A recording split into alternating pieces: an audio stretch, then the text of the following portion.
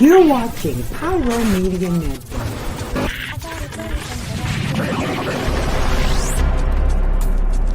I could be running or I'm chasing you, but I won't. Cause I got better things to do. Rather spend my precious time chasing somebody who loves me too. If I got $1 for every time you slam the door, I would be the richest girl alive, life. If you hadn't run away every time I asked you stay, you would sleep right next to me tonight. But you didn't know me, all you wanted was a game to play, and you couldn't handle the ways around your magics and your side chicks. I'm a winner, babe, but you didn't win this. It's a part. Thank you for tuning in. If this is your first time joining us, welcome. We hope your experience is fruitful. Please feel free to visit our website to find out how you can join our growing family. While we are loading your experience, please do us a quick favor and hit that like button from whichever platform you're watching or listening on. Also, share so others may enjoy as well. And we hope you would consider hitting that subscribe or follow button so you can check out more of our amazing content. Alright, let's start the show.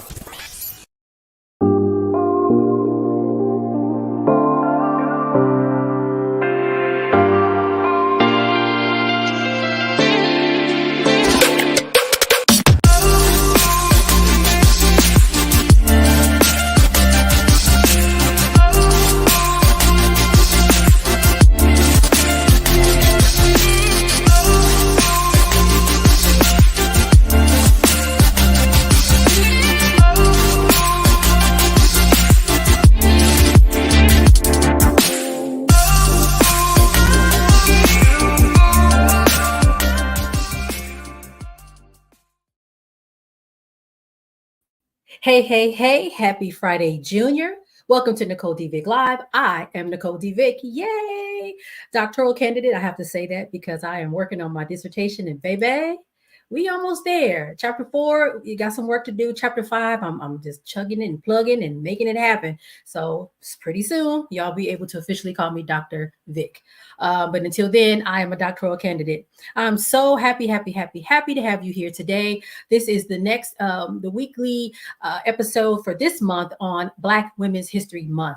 So it is Women's History Month technically because I'm Black. It's Black Women's History Month. That's just the way it's going to be. I'm really excited because today's episode is packed. We have a lot of guests coming on. You all know I wrote a chapter in anthology. That was a word like woo. And I have some of the guests, some of the other authors here tonight. But before I get to that, and they're here on the screen, so I'm so happy to have them here. I'm going to do the women who inspire me. I did it for the last 2 episodes, or was it 3? I can't remember how many weeks ago we started this. But I just wanted to share with you some people that continue to inspire me. And I'm really blessed, I'll say this, that a lot of the women that I mentioned or have mentioned over the previous weeks, I actually know in person. Like these are not like, oh, Rosa Parks, or like folks that are far away and unreachable. They're people that I literally know and can talk to and have talked to and gotten wisdom and knowledge and inspiration from. So let's start with the truth teller. To me, being able to tell the truth is huge, and not be afraid of what happens when you say it, huge. So my truth teller for this week is Amanda Seals. I know some people have issue with her. Ooh, she talked too much, but I love her because she was really one of the first women I can recall, first people that really was talking about Palestine. Like, wait a minute, what's going on ain't right. And she's really been in the front and really making sure people are informed. So I really appreciate her as the truth teller. All right. The sage is my next category. My friend. Oh, look at the picture of my friend. Pia is my friend and my neighbor. She is my Virgo twin. And she is one of those people that I think is so profoundly wise. She is always a listening ear. She's an empath, so she's going to feel, sort of what you're going through, be able to offer guidance. She's been a guest on the show before. I think maybe a couple years ago, we were talking about body positivity and things of that nature. So Pia is really someone that I love, who I feel so inspired by. She's also a fashionista, as you can see. I mean, come on now. She taught me how to dress, how to mix patterns, really taught me a lot about a lot of things. And so I offer up Pia as a profoundly wise person, a sage, someone that you probably should know and follow. She's on Instagram. And my last category, the Pathlighters and the Waymakers. My girl, I just saw her about a month ago. Trina, woo! Trina runs an organization called Parenting for Liberation. You can Google her. She has a website. She wrote a book by the same name, really focused on how, as Black people, do we raise our children in a spirit of liberation. We raise them sort of away from some of the traditional ideologies that we had, right? Spirit of Ra, spoil the child, and all those kinds of things. But really, how do we raise a child in this generation, in this time, with the spirit of liberation? So she's amazing. She puts on events. I've emceed events for her. I've been on panels for her. So Trina is a pathlighter and a way maker. So those are the three women that inspire me. And in the interest of time, because we have so many guests on tonight, we're actually going to go to commercial real early, like right now.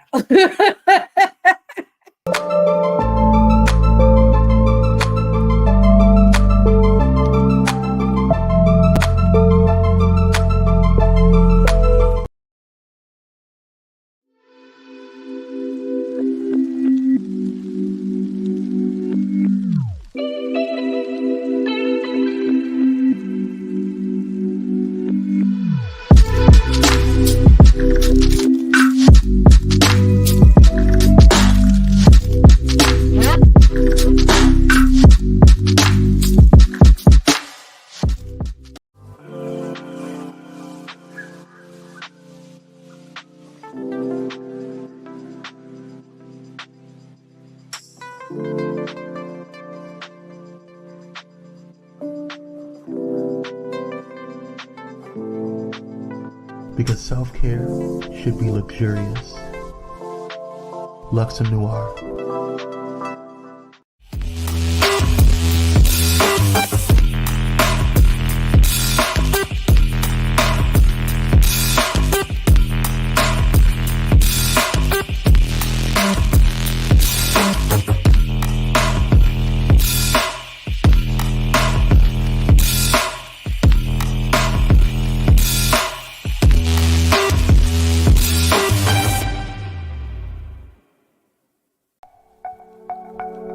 Are you ready for enlightening conversations that transcend boundaries? Get ready for Conversations with Clergy, brought to you by the HIV Vaccine Trials Network. In partnership with the world's largest publicly funded international collaboration, the HVTN is dedicated to evaluating vaccines to prevent HIV and COVID-19. But their impact doesn't stop there.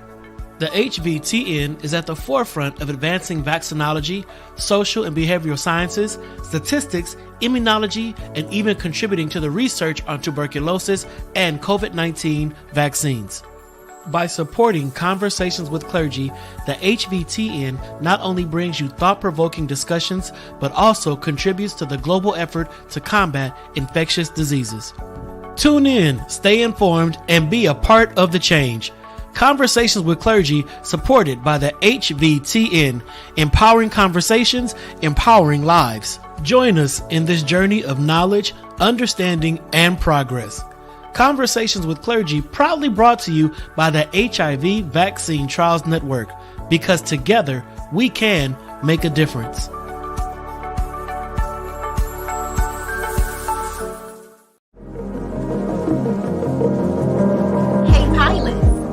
Know that you can now catch the electrifying sounds of Bulletin Flight Radio anywhere you go? Yes, you heard it right. Tune in to the high-flying beats and soaring melodies by downloading the TuneIn app on your mobile device. Just search for Bullet in Flight Radio and hit play. It's that easy. And if you have a smart device like Alexa or Google, just say, "Hey Google," or "Alexa, play Bullet in Flight Radio on TuneIn." Experience the rush of adrenaline wherever you are. Listen to Bullet in Flight Radio on TuneIn using your Alexa or Google devices.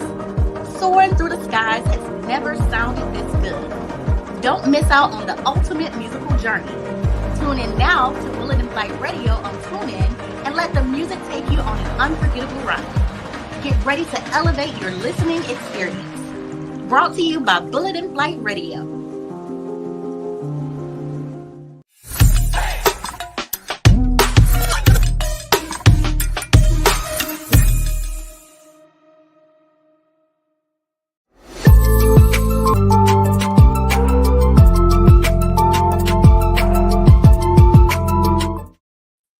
All right, and we are back, and I have a special treat, super special treat for y'all.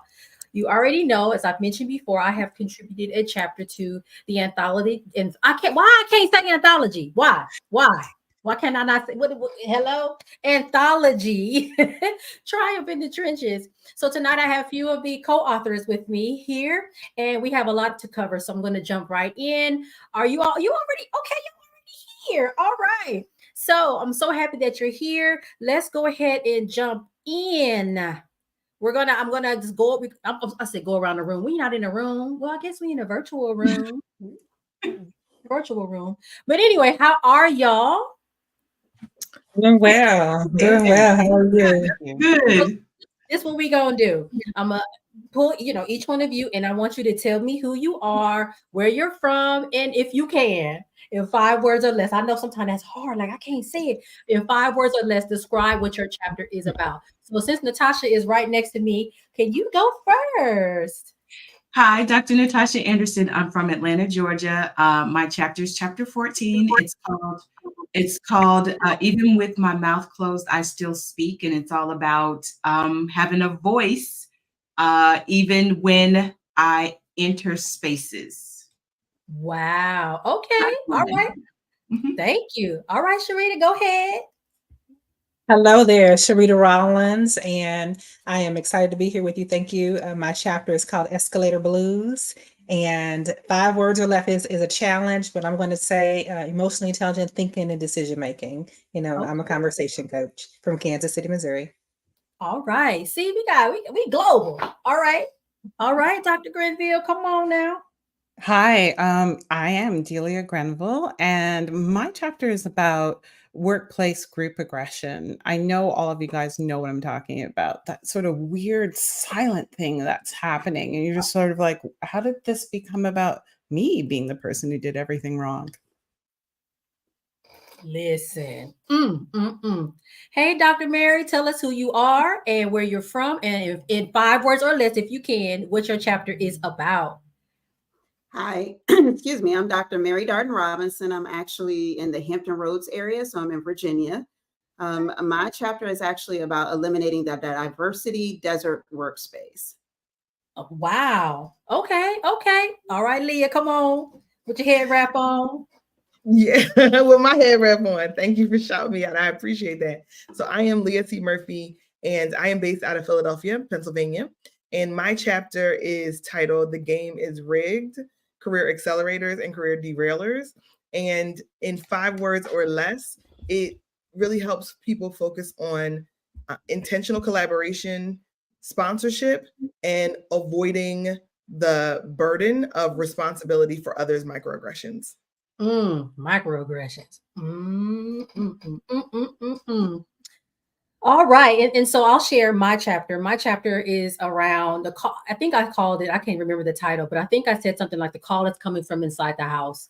And for me, it's really about the fact that when we talk about sort of the issues of Black folk at work, we often think of corporate, but they forget it's a whole host of us in public service, government, local, state, federal. and we are suffering just like everybody else, and we're forgotten. And I will say this too, it also feels different because for us, we often work in organizations with words like equity in them, or there's supposed to be some public good, but then it's like, but how come, what, why they treat me like this in this space, and I'm supposed to be this person helping the community in some way. So that's what my chapter is about, and it was a really joy to write. It's based on my dissertation. So what prompted you to share your story in this analogy? What, when the call went out for, hey, we're looking for people that are in the workspace that can share sort of their triumphs and their tragedies and how they push through, what was the catalyst for that to happen? I'll start with you, Sharita. Yeah, so thank you for asking that. Honestly, I'm a person of faith. I was scrolling through LinkedIn one day, and I've been working on this branding and thinking about how to launch my business. And I came across the opportunity, and it was something in my gut that said, do it, do it. So I jumped in. I mean, no thought, no questions asked, told my husband, hey, I saw this opportunity and I'm going to join it. And I did. And I'm so thankful that I did. Yeah, I think I had the same thought, and I was like, "Oh, I hope they got Klarna or Afterpay, because baby." That was the second thought. The first thought was like immediately, immediately. Yes, Immediately. yes. Mhm. Dr. Mary, what was the reason that got you to say I must do this and share my story?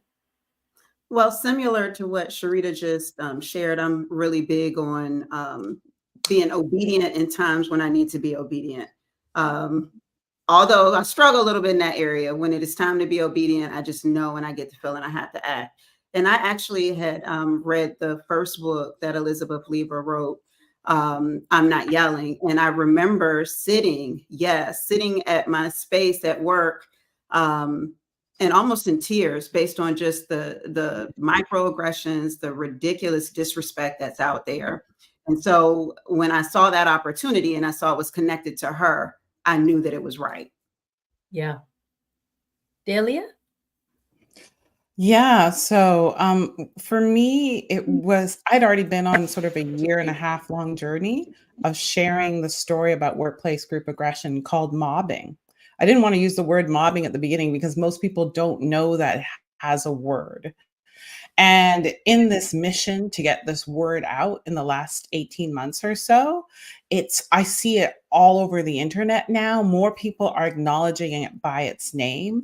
And so when there was an opportunity to write something down that would be like more than 3 paragraphs in LinkedIn, I really wanted to do it. I mean, of course, as Dr. Mary was saying, it was backed by Elizabeth's work, which I'd already read as well. Absolutely. Something that my guest last week, Delay, said, she's an HR expert. She talked about the fact, something that you just said that just stuck, said bing. She said something about the words, not having the vocabulary and wait, that's what that is. And I think that's so important. And part of the reason why for us, telling our stories is so important, sharing what has happened so people can say, wait a minute, you mean that's not just me? That this is also happening to someone else and there's a name for it? Wow. So I think that's very powerful, and really, really important for a lot of folks to help them navigate. Because for me, it's really about helping people get to the next step and figuring out, like, if you're not going to quit the workforce, you got to figure out how to kind of get through the weeds to get to the other side. Natasha, why? Why did you join or decide to share your story? Well, that's actually funny because piggybacking off of what you just said, I think I spent the last 4 years being silent because I had this thought that nobody wanted to hear my voice. And then I went through a leadership course where I sort of I found my voice, and so I've been using it. So when this opportunity came up, I said, I'm going to take it, and I'm going to share my stories again, right? I used to write and I used to tell my stories everywhere. And then I thought, nobody wants to hear this story again. Nobody wants to, I don't want to talk about this anymore. But I figured, why not? Somebody can benefit from hearing my story and learning from my experience, and my experiences. And so I'm going to tell it until the wheels fall off, or I'm no longer here to tell it, because it matters. My voice matters, and my story matters.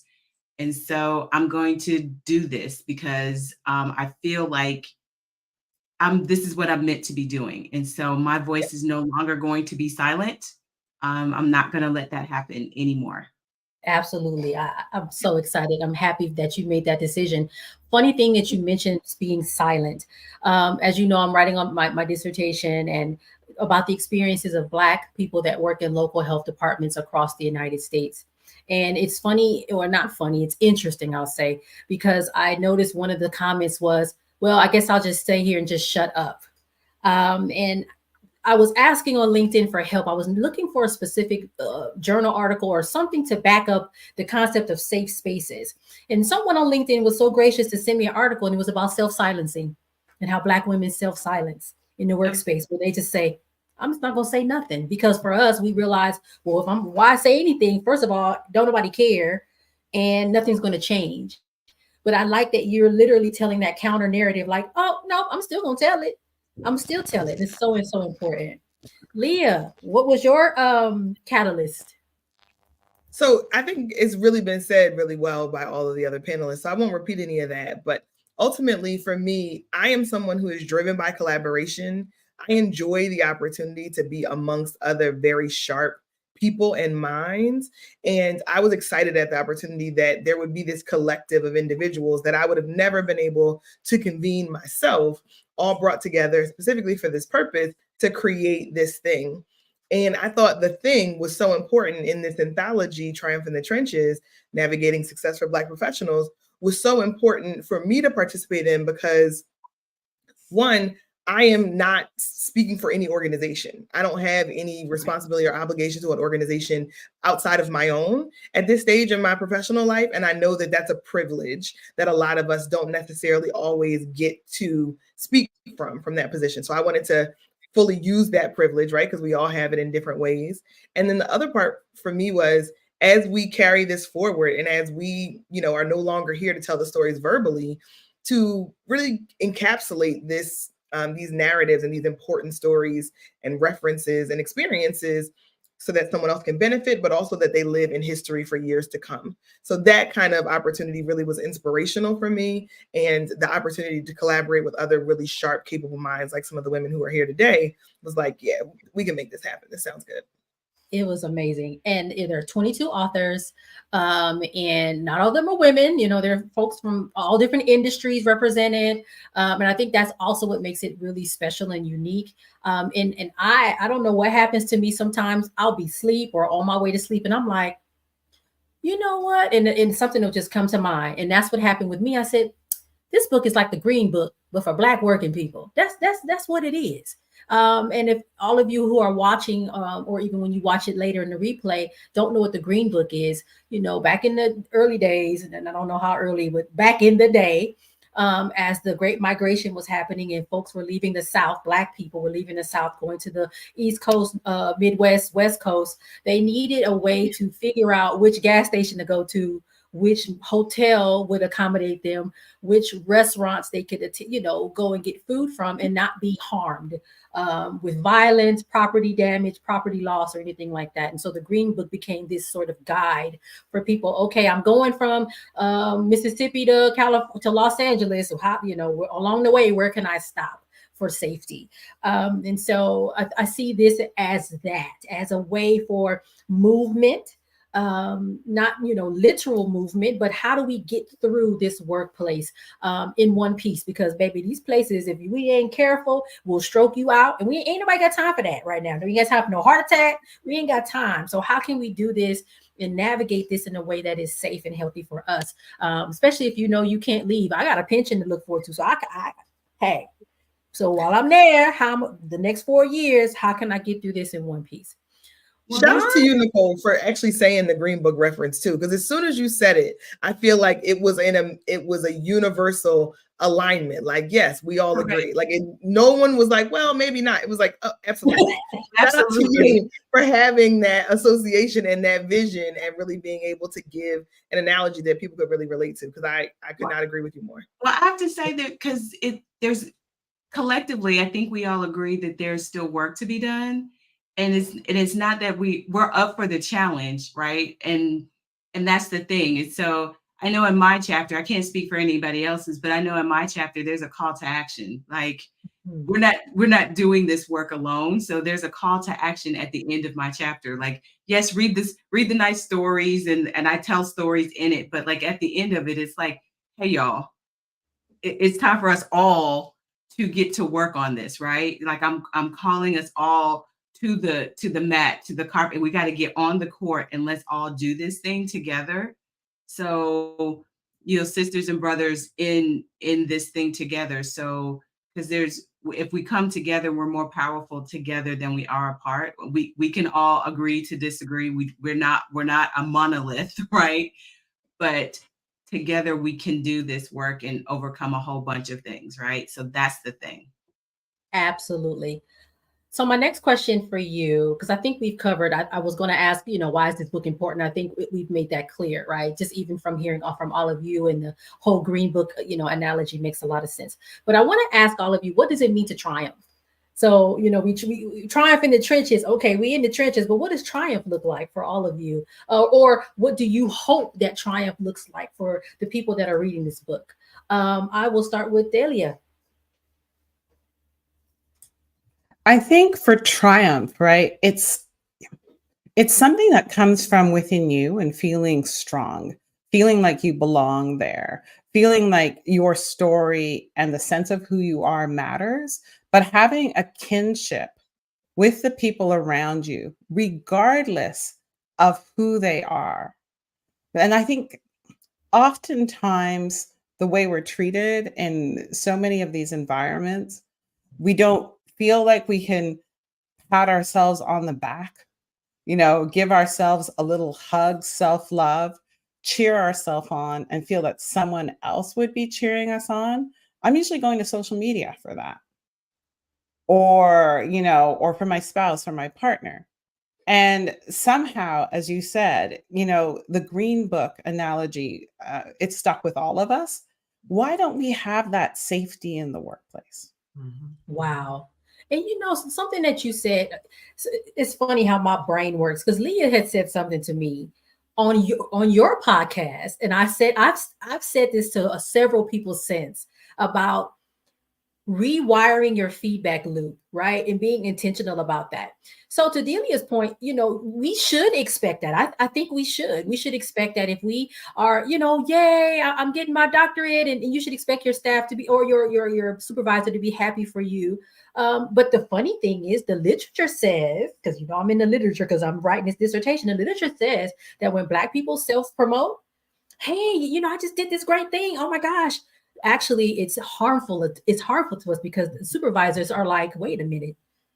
It does some weird thing in their brain, like, but she Black. She ain't supposed to be efficient and smart. What's wrong with her? So we actually get punished for self-promotion at work. And it shouldn't be that way. We should be able to go to work just like everybody else and hype ourselves up, expect a pat on the back, especially if we're doing the work and putting the work in. And I know most of us are operating at a level in our workspaces. But I definitely appreciate your comment, because I think that is what we need to expect and what triumph does look like. But I also would like to offer what Leah said. And Leah, can you talk about that? How you taught me about, you gave a name to something that I was telling you, and I was like, I had never heard that before. I think what you're referring to, and we had a great time on the podcast. So, I mean, we covered a lot. So I'm going to try to make sure I get it right.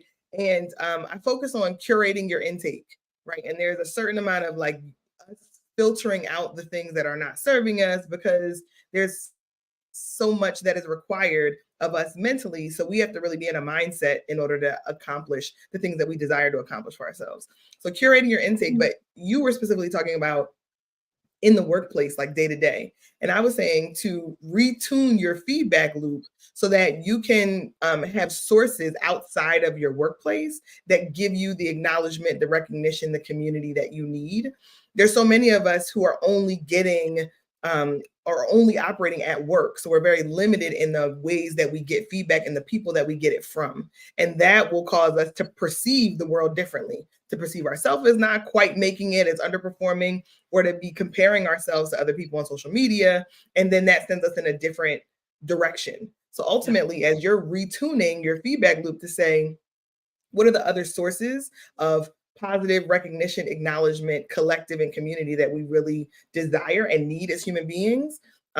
You can get what you need, and it doesn't require you to change your workplace. So that can come from community relationships, nonprofit leadership, volunteerism, church, ministry. It can come from a number of different places, but we have to be very intentional about bringing that into us so that we can create a balance between what we're hearing maybe from our manager day to day in the workplace versus the things that we know are worth acknowledging for us. So that's the curate your intake and then tuning your feedback loop. Absolutely. I love it. Love it. And I tell everybody, and they're like, what? And I'm like, yes, you have to kind of create this thing and curate your own because you might not get it at work, right? You might not get that. So yeah. And since Leah, you were talking, you want to tell me what triumph looks like to you or what you think it should look like for the folks that are reading this book? Yeah, I think triumph for me, and I know I'm going to be really thoughtful so we can be short on time so everybody has a chance to contribute to this question. It really goes for me to thriving, right? In order to navigate life, we deserve, and I believe, and when I say we, I mean we as human beings, as women, as Black women, as people who work in corporate, nonprofit, academia, you name it, right? Wherever you are on the spectrum, we deserve to feel like we have the opportunity to thrive and that the environment that we're in will allow us to do that. So that's what I think triumph is. And Triumph in the Trenches has its own specific idea of even throughout navigating the spaces that we choose to go into, will we have the potential to be able to thrive out of there? And I think each of us do collectively have those stories. And that's why the anthology was so powerful. Absolutely. Dr. Mary, what does triumph look like for you or for the people that read your book? Because I know you have a very specific clinical background. Maybe there's something, that touches that for you, but I'm open to hearing. So for me, when I think of triumph, and it really comes down to authenticity. For a good period of my career, I was consistently, judged for the fingernails, the hair. I love nails. I love hair. I'm all about color. I'm all about anything that is busy. And going into the working environment, it became clear that that was not acceptable based on the spaces that I worked on, and that maybe I should try to tone down or be someone other than who I am. And so as I'm getting older, that has completely gone because I'm just getting more and more ridiculous and embracing that. But I think it is not only, definitely thriving. I would agree with Leah that that's a part of it, but also being true to yourself. And so I hope that with the chapter that I wrote, someone will be able to kind of maybe take a moment to themselves and say, it's okay for me to be different. I mean, I think also about what you said, Dr. Vick, I'm gonna go ahead and go with that. What you said previously about, being in a space and, people should kind of like celebrate education. I can tell you I worked in an African-American organization. It was run by a lot of folk that looked like me. And for a year, no one knew that I was working on my doctoral. Because of the initials behind my name, I already had people coming for me. So I knew that would be that one extra thing. And so it's really unfortunate, but you have to strategize how you navigate the workspaces that you're in. And so I've experienced it from people that look like me and people that do not look like me. And it's nasty either way, to be honest. But being authentic to yourself and lending yourself grace to be different and to embrace that. So I always get different sort of clients. And they're like, oh, we're going to give you all those sorts of clients. And in 5 minutes, we talk about hair, nails, or something that creates a space that feels safer, because I don't use safe, but safer to them, where they feel that they can be themselves. And authenticity is incredibly important. Absolutely 100% important. And I agree with you with the nails. Listen. Yes. Hoop I mean, I earrings even on- had a teacher tell me, I was taking this course really quickly. I was taking this course on public speaking. And so I did not do well because she was distracted by my nails. Anyway. And I was like, that is so not what you should even be paying attention to. But to hear it from a teacher, I mean, we learn from people like that. So that told me her being authentic, which is not the way to go. Terrible. All right, Natasha, what does thriving look like for you? or triumph? I have to agree. So I have a STEM background, so for me, it's all about and I've been. I kind of feel like Dr. Mary in that people have always tried to tell me who I should be in these spaces, and so I kind of feel like Dr. Mary in the sense of like showing up as myself has to be enough because I can't be anybody else, and I'm not striving to be anybody else but myself. And so I've learned that I deserve to be in every room that I'm in, but not every room deserves me. And so I'm walking in that fully, and that's what triumph looks like for me. I love it. Sharita, come on and bring us home. Yeah. So, working in corporate and nonprofit over the years, even in education, I realized that I had not outgrown the only one, being the only one. And my chapter is, touching on the idea that survival is never the goal. We should not just be surviving, but we need tools that get us to a level of emotional vitality. We need to be able to respond and understand and navigate and have a strategy, like Dr. Mary said. And that's what I think triumphing is. It's having the strategy. It's looking, seeking, identifying your emotional space of vitality and holding on to it and not allowing others to take it from you. And that's triumphing for me. Yes. I love it. Thank you all for being with me tonight. I know this goes, and I told y'all, I was like, it's going to go by fast. Y'all going to be like, wait, it's over already? It's over already, y'all. But I want to thank you so much because you lent so much perspective to this book. And I think people will now, not that they weren't wanting to buy it before, but I think this is just an extra, tool or resource for people to be like, well, why should I buy this book? Watch this podcast episode. You're going to see. And so just FYI to those that are watching, the book is available. You have to go to your respective, whoever that wrote is contributed to it to purchase. It's not at like Target. It's not at Barnes & Noble. It's not on Amazon. So you just got to go to whoever your contact person. You can come to my website and pick it up. But all of the authors here also have their website where you can also buy a copy of that book and support them as well. Okay. So with that, we're going to close up because I have class in 5 minutes. I got to go to school. I'm still in school, y'all. I want to direct you all to my website, www.nicoledvick.com. That just popped up on the screen. You can purchase all of my books there, including Triumph in the Trenches. But again, if you are watching because Leah is here, please buy the copy through Leah if necessary. You also can check me out. I'm on social media. I'm on LinkedIn. Most of the time these days, LinkedIn is where I am. I'm not even really on TikTok no more. Instagram, I just show my nail designs on Instagram more so. But I'm still around, but I'm busy right now trying to get these chapters written, so I'm a little quiet. And what else about me? I talked about the books, talked about the website, and I guess I'll see y'all next week. I guess that's enough of all the things that I have to say, but I want to thank you all again for being here with me tonight. This was amazing conversation. I might bring some of y'all back because I got questions about other things. Let's do it. Yep. All right. Thank you so much for watching, everyone, and I'll see you next week. Bye. Bye.